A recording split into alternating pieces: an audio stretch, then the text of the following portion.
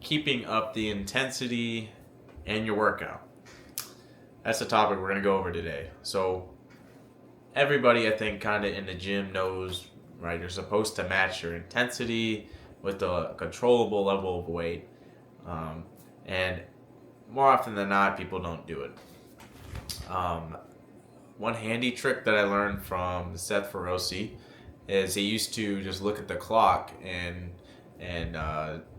keep an eye on the second hand to make sure he was actually keeping himself in a controlled rest range. If there's not a clock in your gym, there's no problem with that. You just bring out your phone. This is what I do for every workout.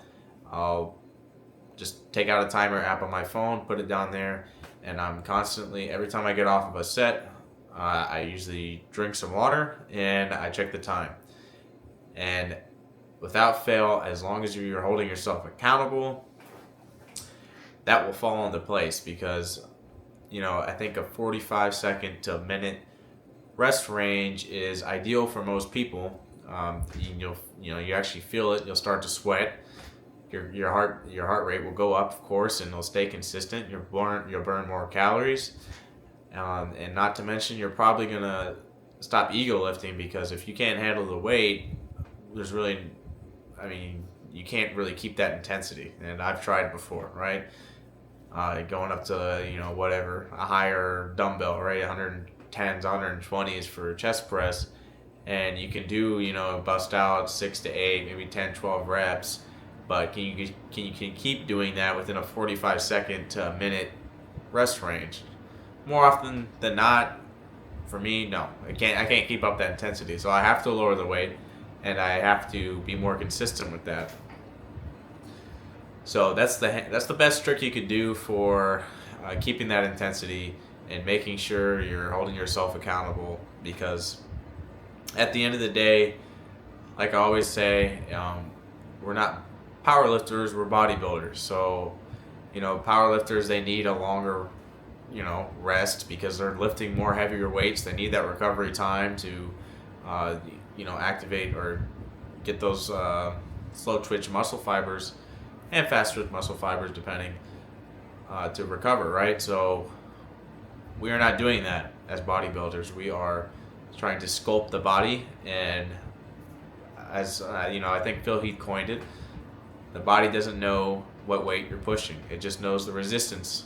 So at the end of the day, you can make a pair of 50s feel like a pair of 100s, right? It's just how you move it, how you control it, how you contract it in your muscles. And, if, let's say, you can lift that 100s for reps, right? You don't have any problems with the intensity, keeping up 45 second, up to maybe a minute and a half rest, whatever. We'll go that far. Good. That's awesome. There's no limit to what weight you should be using. It's all based on, your skill level and how you can handle the weight, right? So I'm not saying this to say, hey, you need to just drop the 100s or whatever you're at and go back down. Now you probably could, gain some more from that. But if you have that weight and you're comfortable with it, no problem. Keep up that weight, right? But apply this to all different exercises. And some days, maybe leg days, right? You're lifting a little bit heavier. You could probably do a longer rest range, right? But at the end of the day, we're not powerlifters, we're bodybuilders. So just keep that in mind when you're trying to hit that PR for a squat or whatever.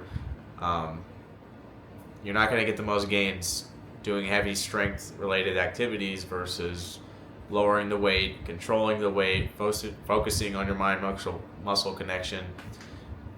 That's kind of the end of the day, right? So yeah, I just kind of want to go over with that.